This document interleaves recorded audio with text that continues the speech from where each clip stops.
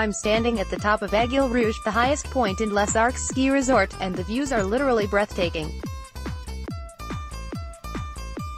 At 3,226 meters, oxygen is in relatively short supply, but I soon get my breath back and take in an awesome panorama across the northern Alps, including the Mont Blanc massif, and in the distance the Swiss and Italian peaks. Although I'm here to ski down one of the world's longest pistes, the 2,000-meter Aiguille Rouge run, the new viewing platform I'm on is open to non-skiers, built as part of the resort's 50th anniversary celebrations taking place all this year. It can be accessed via bright red cable car from Arc 2000, one of 7 ski villages that make up Les Arcs. Between now and December, Les Arcs will host events from music and film festivals to ski races and, despite Brexit, a British week in March. It climaxes with the opening of a glass-roofed funicular to bring skiers up from Bourg Street Maurice in the valley below. The best ski resorts to head to this winter. A big focus of the celebrations will be architecture. Les Arcs is renowned for its idiosyncratic buildings.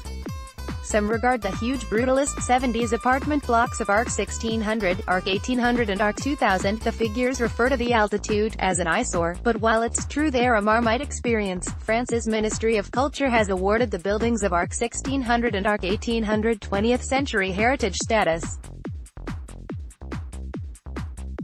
They were built to provide low-cost, car-free holiday accommodation at a time when skiing was a very upmarket activity, and therefore introduced the sport to a whole new clientele, which they've succeeded in doing. As a working-class lad from Yorkshire, the kind of ski holiday Les Arcs was able to offer in its budget price blocks was the only way I could ever have got into skiing. Today the resort is so proud of its buildings it offers Archie ski tours with an architecture expert. Notice, too, the latest in-your-face development, the 433-room Club Med Les Arcs Panorama Hotel, like a huge ocean liner above Arc 1600. Aiguille Rouge Chalets Hotel, but enough architecture, we're here to ski. And the great thing about Les Arcs is there's so much skiing to be had. This is my 6th season here and I still feel I barely know my way around, particularly when you add the vast off-piste terrain to the groomed slopes. The resort has more than 200 kilometers of pistes, with a new 4-seater chairlift, the Comboursière, just installed opposite the Pré Saint-Esprit chair, which opened last season, and has heated seats.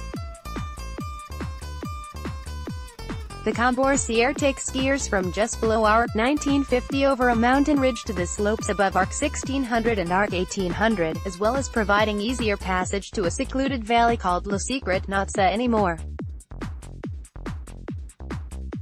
It also accesses a spectacular new picnic area with marvelous views of the Mont Blanc chain. If unlikely as it seems, there isn't enough skiing for you in Les Arcs, it's linked to the even bigger resort of La Plagne via the spectacular Vanoise Express cable car, spanning the 1,000-foot void of the Nancroix Valley. After the celebrations there are plans to quietly get on with expanding and improving Les Arcs. 2 apartment and chalet residences are due to open in Arc 1600 and Arc 2000 respectively for the 2019-20 season, while the village of Illeroger has plans for chalets providing 750 beds, plus shops, a ski school, bars and restaurants. With all this development come more skiers, so developers should consider a few more runs into which to squeeze them all. Some parts of the resort can become notoriously crowded at busy holiday periods. That aside, you're unlikely ever to run out of options for skiing, accommodation or activities, even if the resort is now into advanced middle age.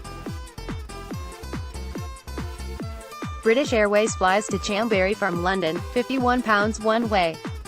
en.lesarcs.com/50th-anniversary. More about travel 2019, ski, snow, skiing holiday.